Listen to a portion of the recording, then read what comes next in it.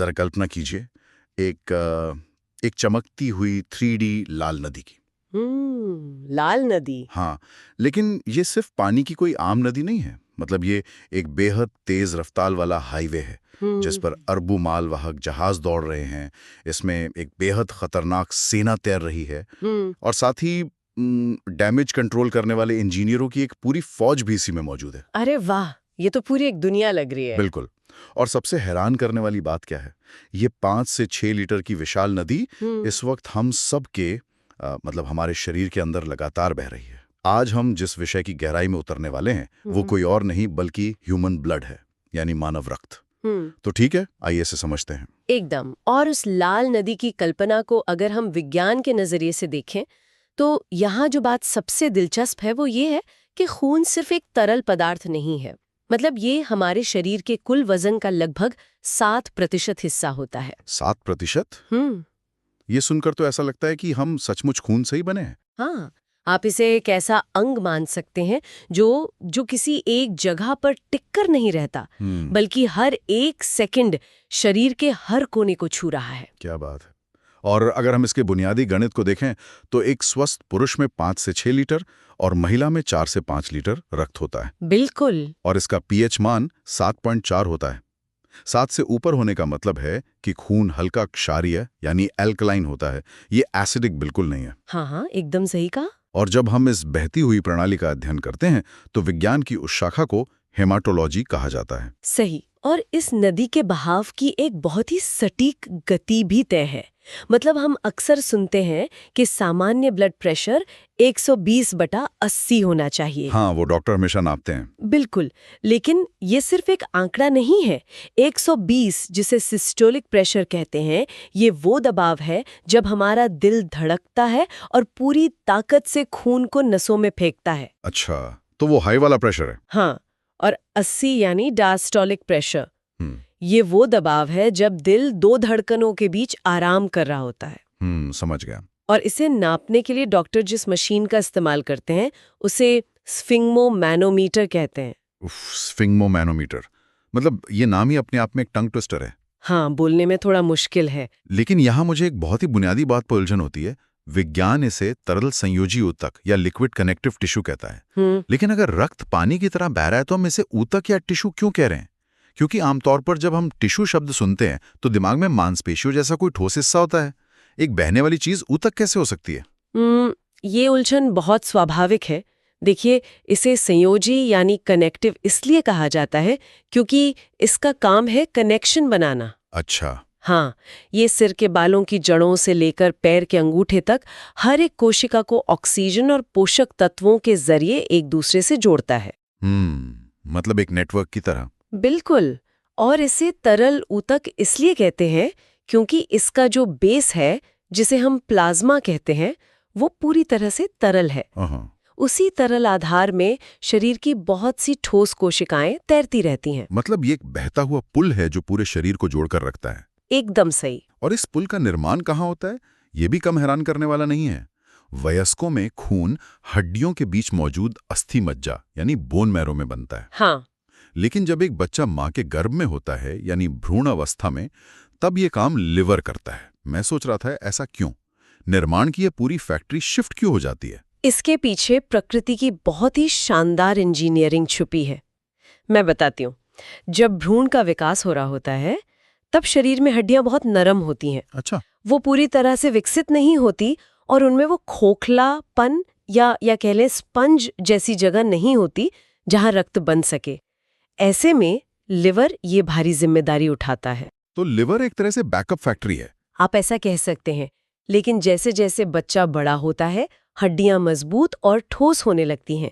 अब प्रकृति को पता है कि खून बनाना शरीर का सबसे अहम काम है। बिल्कुल। इसलिए वो इस फैक्ट्री को शरीर की सबसे सुरक्षित तिजोरी में शिफ्ट कर देती है, यानी हड्डियों के भीतर बोन मैरो में। क्या बात है, सुरक्षा के लिए पूरी की पूरी मैन्युफैक्चरिंग यूनिट ही शिफ्ट कर दी गई। हाँ, है ना कमाल की बात। सच में।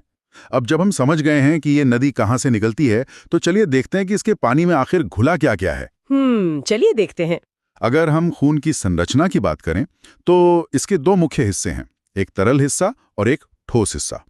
इसे समझने के लिए मेरे दिमाग में आजकल मिलने वाली बोबा टी या बबल टी की एनालॉजी आ रही है। बोबा टी, ये दिलचस्प लग रहा है। कैसे? देखिए, बोबा टी में जो तरल मीठी चाय या दूध होता है उसे हम खून का प्लाज्मा मान सकते हैं। ये पूरे रक्त का 55% हिस्सा होता है और उस चाय में नीचे जो छोटे छोटे ठोस टैपी वाला पर्ल्स या गोलियां तैरती रहती हैं, वो खून का ठोस हिस्सा हैं, जिन्हें रुधिराणु या कॉर्पसल्स कहते हैं, जो बाकी 45% हिस्सा बनाते हैं। अरे वाह, ये एनालॉजी तो बहुत ही सटीक है, क्योंकि जिस तरह चाय में वो गोलियां अपनी अलग पहचान बनाए रखती हैं, वो पूरी तरह घुल नहीं जाती, वैसे ही खून में भी कोशिकाएं प्लाज्मा में अलग अलग तैरती हैं। हाँ, बिल्कुल। और अगर हम उस तरल चाय यानी प्लाज्मा पर गौर करें तो उस 55% हिस्से में भी 90% तो सिर्फ पानी ही होता है। अच्छा, 90% पानी? हाँ, बाकी 7% बहुत ही जरूरी प्रोटीन होते हैं और कुछ मात्रा में ग्लूकोज होता है। इसका रंग हल्का पीला होता है, जो बिलिरुबिन नाम के एक पिगमेंट के कारण होता है। और इसी प्लाज्मा में एक बहुत ही खास प्रोटीन भी तैरता है, फाइब्रिनोजेन, जो खून का थक्का जमाने का काम करता है। बिल्कुल। लेकिन यहीं पर पैथोलॉजी लैब का एक बहुत बड़ा रहस्य सुलझता है। जब हम खून की जांच कराने जाते हैं तो रिपोर्ट में अक्सर सीरम टेस्ट लिखा होता है। वे सीधे हमारे खून का इस्तेमाल क्यों नहीं करते? ये बहुत ही शानदार ऑब्जर्वेशन है। जब पैथोलॉजिस्ट आपके खून का सैंपल लेते हैं तो वे सबसे ज्यादा डरते हैं खून के जमने से। अच्छा। क्योंकि वो फाइब्रिनोजेन उसे जमा देगा। एकदम सही। अगर मशीन या माइक्रोस्कोप के नीचे जांच करते वक्त खून जम गया तो सारी जांच बेकार हो जाएगी। तो फिर वो क्या करते हैं? इसलिए वो सबसे पहले प्लाज्मा में से थक्का जमाने वाले उस एजेंट फाइब्रिनोजेन को बाहर निकाल देते हैं। अच्छा। फाइब्रिनोजेन निकलने के बाद जो हल्का पीला, पारदर्शी और कभी न जमने वाला तरल बचता है, उसे सीरम कहते हैं। शरीर की सारी बीमारियों की जानकारी इसी सीरम में छुपी होती है। वाह, ये तो बहुत ही तार्किक बात है। हाँ, बिल्कुल। अब उस बोबा टी के ठोस हिस्से की तरफ चलते हैं, यानी उन तैरती हुई कोशिकाओं की तरफ। चलिए। इसमें जो सबसे बड़ी भीड़ है वो लाल रक्त कोशिकाओं यानी आरबीसी की है। कुल ठोस हिस्से का 99% सिर्फ आरबीसी होते हैं। बाप रे। इनकी संख्या पुरुषों में 50 से 55 लाख प्रति घन मिलीमीटर और महिलाओं में 45 से 50 लाख होती है। आकार में ये सबसे छोटी होती हैं। लेकिन जो बात सबसे अजीब है वो ये कि इनमें कोशिका का दिमाग यानी केंद्रक, जिसे न्यूक्लियस कहते हैं, वो होता ही नहीं है। ये एक बहुत बड़ा फैक्ट है। हाँ, केवल ऊंट और लामा इसके अपवाद हैं। तो मेरा सवाल ये है, एक जीवित कोशिका बिना न्यूक्लियस के कैसे हो सकती है? देखिए, न्यूक्लियस का न होना यहाँ कोई खामी नहीं है, बल्कि इवोल्यूशन का एक मास्टर स्ट्रोक है। वो कैसे? न्यूक्लियस कोशिका के अंदर बहुत जगह घेरता है। अब आरबीसी का एकमात्र काम क्या है? ऑक्सीजन को फेफड़ों से उठाकर पूरे शरीर में पहुंचाना। हाँ। प्रकृति ने सोचा कि अगर इस कोशिका के अंदर से न्यूक्लियस हटा दिया जाए तो हीमोग्लोबिन और ऑक्सीजन भरने के लिए बहुत सारी एक्स्ट्रा जगह मिल जाएगी। मतलब ये एक ऐसी मालगाड़ी है जिसके डिब्बे से ड्राइवर का केबिन ही हटा दिया गया है ताकि ज्यादा से ज्यादा माल भरा जा सके। बिल्कुल सही पकड़े हैं। लेकिन इस मास्टर स्ट्रोक की कीमत भी चुकानी पड़ती है। कीमत? कैसी कीमत? क्योंकि आरबीसी के पास अपना न्यूक्लियस या दिमाग नहीं होता, इसलिए जब नसों में तेज रफ्तार से बहते हुए ये कोशिकाएं आपस में या दीवारों से टकराकर टूट फूट जाती हैं, तो ये खुद की मरम्मत नहीं कर सकती। इसीलिए इनका जीवन काल सिर्फ 120 दिन का होता है। 120 दिन बाद इनका नष्ट होना तय है। और तब इनकी सफाई का काम प्लीहा यानी स्प्लीन करता है। स्प्लीन को आरबीसी का कब्रगाह कहा जाता है। जी हाँ। लेकिन इसे शरीर का ब्लड बैंक भी कहते हैं। तो कब्रगाह और ब्लड बैंक, ये दोनों चीजें एक साथ कैसे हो सकती हैं? क्योंकि स्प्लीन एक बहुत ही स्मार्ट ऑर्गन है। ये एक तरफ तो उन पुरानी और टूटी हुई आरबीसी को छानकर नष्ट करता है, जो कि कब्रगाह वाला काम हो गया। हाँ। लेकिन दूसरी तरफ ये एक स्पंज की तरह काम करता है। ये अपने अंदर काफी मात्रा में स्वस्थ रक्त भी स्टोर करके रखता है। अच्छा, इमरजेंसी के लिए? एकदम सही।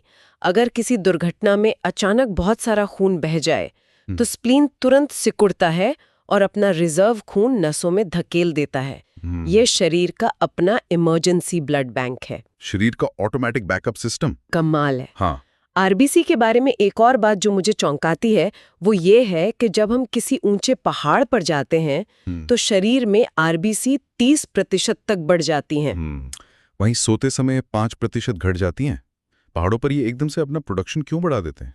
देखिए, जब आप ऊंचाई पर जाते हैं तो हवा पतली हो जाती है। हाँ, सांस लेने में दिक्कत होती है। बिल्कुल, क्योंकि हवा में ऑक्सीजन का स्तर गिर जाता है। शरीर के सेंसर्स तुरंत दिमाग को अलर्ट भेजते हैं कि अरे ऑक्सीजन कम आ रही है। अच्छा। शरीर का अलार्म बजता है और बोन मैरो को सीधा आदेश मिलता है कि नई आरबीसीज की फौज तैयार करो। तो वो ज्यादा मालगाड़ियां भेज देता है? हाँ, ऐसा इसलिए होता है ताकि हवा में मौजूद उस कम ऑक्सीजन के एक एक कण को पकड़ने के लिए हमारे खून में ज्यादा से ज्यादा मालगाड़ियां मौजूद हों। ये तो शरीर का बहुत ही शानदार अनुकूलन है। लेकिन अगर ज्यादा आरबीसी होना इतना ही अच्छा है क्योंकि ज्यादा ऑक्सीजन मिलेगी, तो फिर पॉलीसाइथीमिया जैसी स्थिति को एक गंभीर बीमारी क्यों माना जाता है? इसमें भी तो आरबीसीज बहुत ज्यादा बढ़ जाती हैं और त्वचा पर काले धब्बे पड़ जाते हैं। यहीं पर संतुलन का नियम लागू होता है। मान लीजिए किसी हाईवे पर ट्रैफिक बहुत तेज और स्मूथ चल रहा है। ठीक है। अचानक आप वहां हजारों नई गाड़ियां उतार दें, क्या होगा? ट्रैफिक जाम हो जाएगा। ठीक वैसे ही जब आरबीसी बहुत ज्यादा बढ़ जाती हैं तो खून गाढ़ा होकर चाशनी या शहद जैसा हो जाता है। बाप रे। इतने गाढ़े खून को नसों में पंप करने के लिए दिल को बहुत ज्यादा जोर लगाना पड़ता है और नसों के अंदर खून के थक्के या क्लॉट बनने का खतरा कई गुना बढ़ जाता है। ओहो, तो ये खतरनाक है। बिल्कुल, इसीलिए ना तो पॉलीसाइथीमिया अच्छा है और ना ही एनीमिया। एनीमिया में तो शायद खून की कमी हो जाती है ना? हाँ, एनीमिया में आयरन की कमी से आरबीसी बहुत कम हो जाती हैं, जिससे शरीर में ऑक्सीजन नहीं पहुंचती और इंसान पीला पड़ जाता है। और एक आनुवांशिक बीमारी थैलेसीमिया भी है, जहां शरीर ठीक से हीमोग्लोबिन बना ही नहीं पाता। सही कहा। खैर, ऑक्सीजन के इस पूरे ट्रांसपोर्ट नेटवर्क को समझने के बाद अब हम इस नदी में तैर रही अपनी रक्षा प्रणाली की ओर बढ़ते हैं। हमारी आर्मी। हाँ, श्वेत रक्त कोशिकाएं यानी WBC। इनकी संख्या आरबीसी के लाखों के मुकाबले सिर्फ 8000 से 10000 होती है। बहुत कम। इनका आकार अमीबा की तरह बदलता रहता है और इनमें न्यूक्लियस होता है। यहाँ एक बहुत ही रोचक बात सामने आती है। क्या? आरबीसी 120 दिन जीती हैं। तो शरीर की रक्षा करने वाली ये WBC सिर्फ 2 से 4 दिन क्यों जीती हैं? क्योंकि ये हमारी सेना के फ्रंट लाइन सोल्जर्स हैं। अच्छा। आरबीसी तो सिर्फ ऑक्सीजन की डिलीवरी कर रहे हैं, लेकिन WBC लगातार एक खौफनाक युद्ध लड़ रहे हैं। हर सांस और हर निवाले के साथ हम ढेरों बैक्टीरिया और वायरस शरीर में लेते हैं। ये तो है। WBC उन पे सीधा हमला करती हैं, उन्हें खा जाती हैं या रसायनों से नष्ट करती हैं। इस आमने सामने की लड़ाई में वे खुद भी मारी जाती हैं। ओहो। वे एक तरह से आत्मघाती सैनिक हैं जो शरीर को बचाने के लिए अपनी जान दे देते हैं। इसीलिए शरीर को हर 2-4 दिन में नई WBC बनानी पड़ती हैं। ये वाकई में असली हीरो हैं।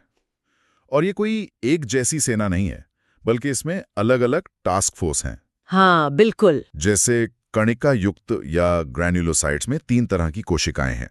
सबसे पहले न्यूट्रोफिल्स, जो कुल WBC का 65% होते हैं। ये हमारी रेगुलर इन्फेंट्री हैं, जो सीधे बैक्टीरिया को मारते हैं। सही। दूसरे हैं इओसिनोफिल्स, जो वायरस और प्रोटोजोआ से निपटते हैं। लेकिन मुझे सबसे दिलचस्प लगे बेसोफिल्स। अच्छा, बेसोफिल्स। हाँ, ये सबसे कम है, सिर्फ 0.5 से 1%, और इनका काम एलर्जी से बचाना बताया जाता है। ये एलर्जी का कॉन्सेप्ट क्या है? देखिए, एलर्जी को अक्सर हम एक बीमारी मान लेते हैं, लेकिन असल में यह हमारे ही बेसोफिल्स द्वारा बजाया गया एक फॉल्स अलार्म है। फॉल्स अलार्म मतलब? बेसोफिल्स शरीर का केमिकल वॉरफेयर यूनिट है। जब कोई हानि रहित चीज जैसे धूल, मूंगफली या परागकण शरीर में जाते हैं तो कई बार बेसोफिल्स कंफ्यूज हो जाते हैं। अच्छा। वे उस धूल के कण को कोई भयंकर दुश्मन मान लेते हैं और शरीर में भारी मात्रा में हिस्टामिन जैसे केमिकल छोड़ देते हैं। तो वो जो हमें छींकें आती हैं। हाँ, इसी केमिकल ओवर रिएक्शन के कारण हमें लगातार छींकें आती हैं, आंखों से पानी गिरता है या त्वचा पर लाल चकत्ते पड़ जाते हैं। मतलब सेना ने एक छोटी सी मक्खी को मारने के लिए तोप चला दी। एकदम सही एनालॉजी है। और WBC का जो दूसरा विभाग है, अकणिका युक्त या एक ग्रैन्युलोसाइट्स, उसमें मोनोसाइट्स और लिम्फोसाइट्स आते हैं। मोनोसाइट्स सबसे बड़ी कोशिकाएं हैं जो घाव भरने और मरे हुए कीटाणुओं का कचरा साफ करने का काम करती हैं, एक तरह का भारी क्लीन अप क्रू। बिल्कुल। लेकिन लिम्फोसाइट्स आकार में सबसे छोटे होने के बावजूद ये टी सेल्स और मेमोरी सेल्स बनाते हैं। मुझे ये जानना है कि ये मेमोरी सेल का मैकेनिज्म काम कैसे करता है। ये मेमोरी सेल्स हमारे इम्यून सिस्टम का इंटेलिजेंस ब्यूरो है, आईबी। Wow, IB? मान लीजिए आपको पहली बार कोई नया वायरस इन्फेक्ट करता है, शरीर की बाकी सेना लड़ रही होती है, तब ये मेमोरी सेल्स उस वायरस का पूरा डीएनए पैटर्न, उसका चेहरा, उसकी कमजोरियां स्कैन करके अपने पास सेव कर लेते हैं। एक तरह से उसकी फाइल बना लेते हैं। बिल्कुल। अब अगर सालों बाद वही वायरस दोबारा हमला करे तो शरीर को शुरुआत से तैयारी नहीं करनी पड़ती। अच्छा। मेमोरी सेल्स तुरंत पहचान लेते हैं और कुछ ही घंटों में सटीक एंटीबॉडीज की फौज खड़ी कर देते हैं। हमारी सारी वैक्सीन या टीके इसी स्मार्ट मैकेनिज्म पर काम करते हैं। वैक्सीन भी? हाँ, हम शरीर में एक कमजोर या मरा हुआ वायरस डालते हैं ताकि बिना बीमार पड़े हमारी मेमोरी सेल्स उसकी फाइल तैयार कर लें। शरीर के अंदर की अपनी एक साइबर सिक्योरिटी लाइब्रेरी, बहुत ही अद्भुत। हाँ जी। तो हमने देखा कि भारी आक्रमणकारियों से कैसे निपटा जाता है, लेकिन अगर कोई अंदरूनी टूट-फूट हो जाए, जैसे चोट लग जाए। हाँ, मान लीजिए कोई नस कट जाए और ये लाल नदी शरीर से बाहर बहने लगे, तब क्या होगा? यही एंट्री होती है हमारे तीसरे सिपाही की, प्लेटलेट्स, जिन्हें थ्रोम्बोसाइट्स या मरम्मत इंजीनियर भी कहा जाता है। बिल्कुल। खून में इनकी संख्या 1.5 लाख से 4.5 लाख के बीच होती है। इनका जीवन काल 3 से 5 दिन का होता है और आरबीसी की तरह इनमें भी न्यूक्लियस नहीं होता। अच्छा, इनमें भी नहीं होता? नहीं, इनका काम सिर्फ एक है, कहीं भी कोई लीकेज हो तो वहां जाकर दीवार बना देना। डेंगू जैसी खतरनाक बीमारी में इन्हीं प्लेटलेट्स की संख्या तेजी से गिरने लगती है। हाँ, मैंने सुना है डेंगू में प्लेटलेट्स बहुत गिर जाते हैं। हाँ, जिससे इंटरनल ब्लीडिंग या शरीर के अंदर ही खून रिसने का बहुत बड़ा खतरा पैदा हो जाता है। लेकिन यहाँ एक तथ्य ने मुझे बहुत सोचने पे मजबूर किया। हाँ? विज्ञान कहता है कि प्लेटलेट्स केवल स्तनधारियों यानी मैमल्स में पाई जाती हैं। हाँ, ये सच है। तो अगर प्लेटलेट सिर्फ हमारे या कुत्तों बिल्लियों जैसे जीवों के पास हैं, हाँ? तो फिर पक्षियों या छिपकलियों में कटने पर खून कैसे रुकता है? क्या उनका खून बहता ही रहता है? नहीं, उनका खून भी रुकता है। पक्षियों और सरीसृपों में प्लेटलेट्स की जगह थ्रोम्बोसाइट्स नामक कोशिकाएं होती हैं, लेकिन वे स्तनधारियों की प्लेटलेट से बिल्कुल अलग होती हैं। अच्छा, अलग कैसे? उनके थ्रोम्बोसाइट्स के अंदर न्यूक्लियस मौजूद होता है और खून का थक्का जमाने का उनका पूरा केमिकल मैकेनिज्म हमसे अलग है। काम वही है, लीकेज रोकना, लेकिन एवोल्यूशन के क्रम में प्रकृति ने अलग अलग जीवों के लिए अलग अलग रास्ते चुने हैं। यहाँ मैं एक गणित के कंफ्यूजन को भी दूर करना चाहता हूँ। पूछिए। जब हम कोशिकाओं के अनुपात की बात करते हैं तो अक्सर कहा जाता है कि आरबीसी, डब्ल्यूबीसी और प्लेटलेट्स का अनुपात 600:1:40 है। हाँ। लेकिन अभी हमने देखा कि प्लेटलेट्स लाखों में हैं और डब्ल्यूबीसी सिर्फ हजारों में, तो ये 40 और 1 का अनुपात कैसे काम करता है? ये बहुत ही अच्छा सवाल है। देखिए, ये अनुपात पूरे शरीर के खून का कुल आंकड़ा नहीं है, बल्कि एक घनत्व यानी डेंसिटी का अनुपात है। अच्छा, डेंसिटी। इसे ऐसे समझें, अगर आप माइक्रोस्कोप के नीचे खून की सिर्फ एक बहुत छोटी सी बूंद रखें, ठीक है, जब आप उस भीड़ में आरबीसी को गिनना शुरू करेंगे, तो जैसे ही आपकी गिनती 600 आरबीसी तक पहुंचेगी, उस 600 के झुंड में आपको औसतन 40 प्लेटलेट्स और सिर्फ 1 डब्ल्यूबीसी मिलेगी। ओहो। ये बताता है कि हमारे खून में हर एक डब्ल्यूबीसी के हिस्से में कितनी आरबीसी मौजूद हैं। समझ गया। अब आते हैं उस जादुई प्रक्रिया पर जो कटने के बाद शुरू होती है, थक्का जमना यानी क्लॉटिंग। Clotting cascade. हाँ, ये कोई एक झटके में होने वाला काम नहीं है। इसे एक कैस्केड प्रोसेस कहा जाता है, जिसमें 4 स्टेप्स होते हैं। बिल्कुल। अगर मैं इसे एक सिक्योरिटी प्रोटोकॉल की तरह देखूं तो स्टेप 1, हवा या कटे हुए ऊतक के संपर्क में आते ही थ्रोम्बोप्लास्टिन और खून का कैल्शियम एक्टिव होते हैं और वे प्रोथ्रोम्बिन को जगाते हैं। एकदम सही। फिर स्टेप 2, ये जागा हुआ प्रोथ्रोम्बिन बदलकर थ्रोम्बिन बन जाता है। हाँ। स्टेप 3, अब ये थ्रोम्बिन हमारे उस पुराने दोस्त प्लाज्मा में तैर रहे फाइब्रिनोजन प्रोटीन को पकड़ता है और उसे फाइब्रिन की एक मजबूत जाली में बदल देता है। और फिर आखिरी स्टेप। हाँ, स्टेप 4, अंत में इस फाइब्रिन की जाली में दौड़ती हुई आरबीसी फंसने लगती हैं और एक ठोस थक्का बन जाता है। इस पूरी श्रृंखला में कैल्शियम और विटामिन के बहुत जरूरी हैं। बिल्कुल। लेकिन मेरा सवाल ये है कि शरीर इतना लंबा 4 स्टेप का रास्ता क्यों अपनाता है? ये सीधा फाइब्रिनोजन की जाली क्यों नहीं बना देता? क्योंकि खून का थक्का जमना शरीर के लिए एक बहुत ही खतरनाक हथियार है। खतरनाक कैसे? अगर शरीर एक ही स्टेप में थक्का जमा दे तो गलती से नसों के अंदर भी थक्के जम सकते हैं, ओहो। जिससे तुरंत हार्ट अटैक या ब्रेन स्ट्रोक हो जाएगा।